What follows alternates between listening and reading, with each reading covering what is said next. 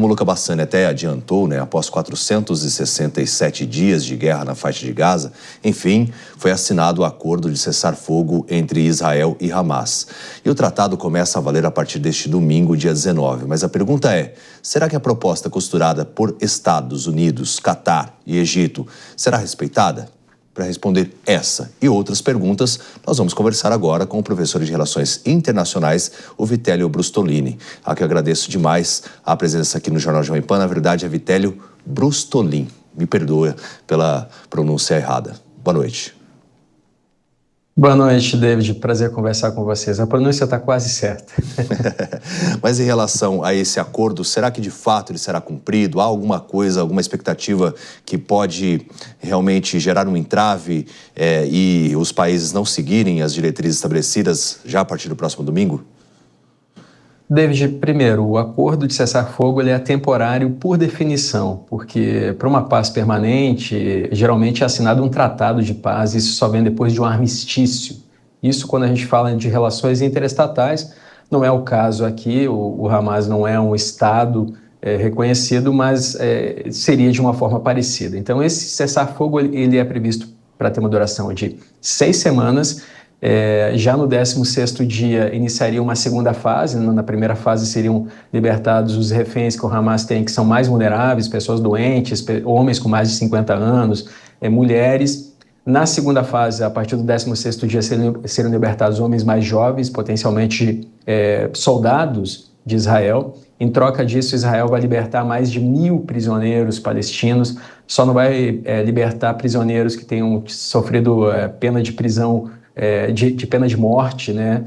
Sentença de pena de morte, mas prisão perpétua sim, e também não vai libertar pessoas que tenham sido presas nos atentados terroristas do Hamas em 7 de outubro de 2023. A terceira fase é a fase de reconstrução da faixa de Gaza. Essa a ONU estima que vai custar 40 bilhões de dólares e vai levar 16 anos para ser implementada.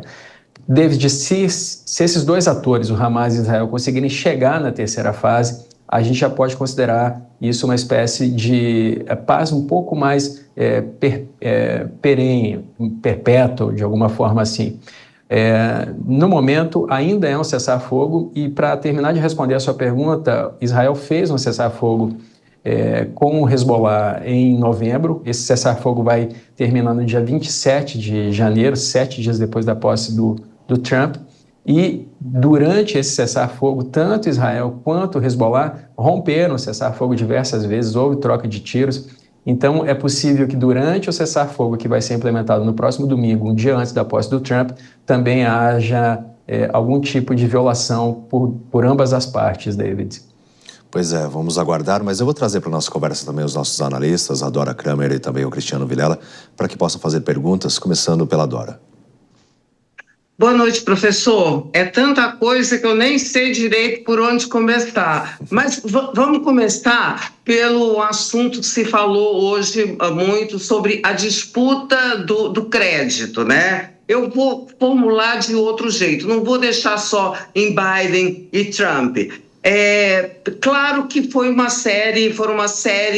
vários fatores envolvidos, né? Eu queria saber do senhor o que pesa mais. Bom, tem a administração Biden, a construção do acordo, a pressão final do Trump, a ofensiva militar de Israel, o enfraquecimento do Hamas, do Hezbollah, do Irã. Ou isso tudo tem um peso compartilhado igual? Se não, gostaria de saber o que definiu mesmo a história, finalmente a assinatura do acordo. Boa noite, Dora. Isso tudo tem um peso, mas não é compartilhado igual. Com certeza a posse do Trump pesa mais. O acordo foi apresentado pelo Biden em termos muito semelhantes ao atual em maio do ano passado.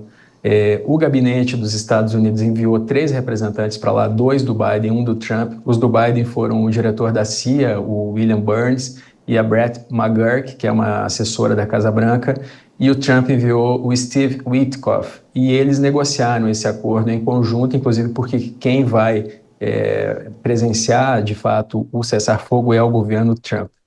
Agora, é claro que o enfraquecimento do Hamas, que já não tem o mesmo poderio militar que tinha em 7 de outubro de 2023, e dos seus apoiadores, dentre eles o Irã, que depois de 2 bombardeios a Israel foi bombardeado pelos F-35 e F-16 de Israel e perdeu a sua defesa antiaérea, bem como a maior derrota na história do Hezbollah no Líbano, imposta por Israel, e a queda do Bashar al-Assad na Síria, tudo isso enfraquece sobremaneira o Hamas, e além disso os Houthis do Iêmen estão sendo combatidos por uma coalizão de 10 países lideradas pelos Estados Unidos.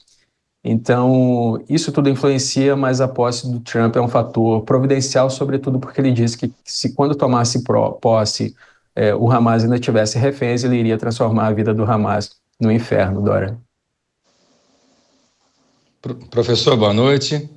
Professor, e com relação a Netanyahu, a Netanyahu e com relação a Israel, mas especialmente com relação a Netanyahu, a projetos políticos, a força política, enfim, podemos dizer que esse episódio ele é uma vitória, ele é uma derrota, ele fortalece, enfraquece? Qual que é a sua análise, professor?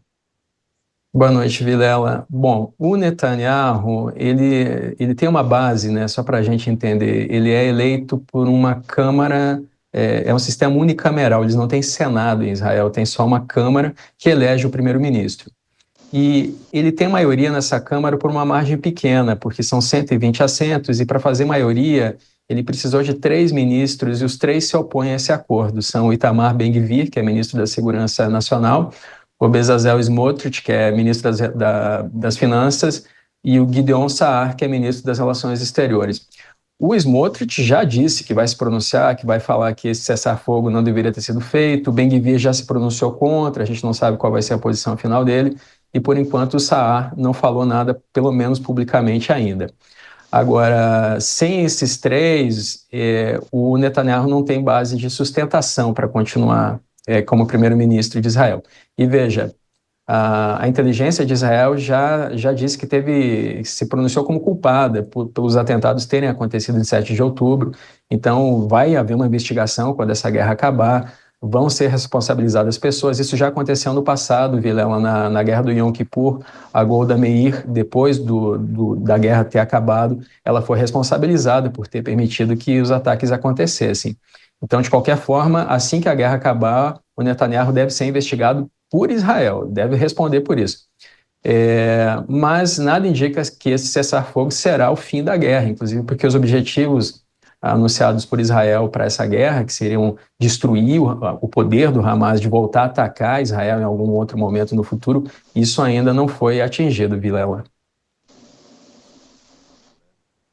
Mais sua presença aqui, professor Stolin, ele que é professor de Relações Internacionais. Obrigado pelo convite, boa noite a todos. Boa noite.